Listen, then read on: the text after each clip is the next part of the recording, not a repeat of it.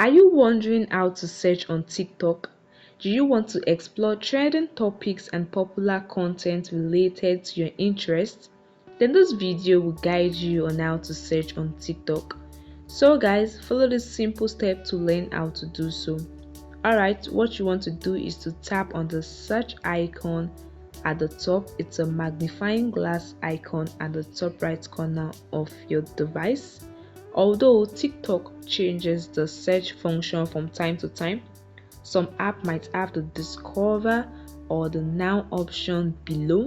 So just tap on it and this will take you to the search page.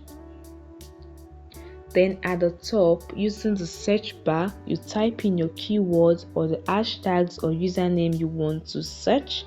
Alright, you type in food and you notice that as you type, TikTok brings suggestions related to your word.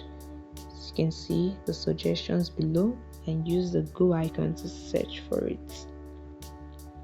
Now once you search for it, you can see the top news on your search. You can see the top news on food. You can see videos, your users with your search.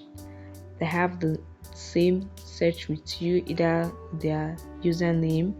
You can see the hashtags, live and sounds on your search videos. I can tap on anyone to watch it, and the top news on the search.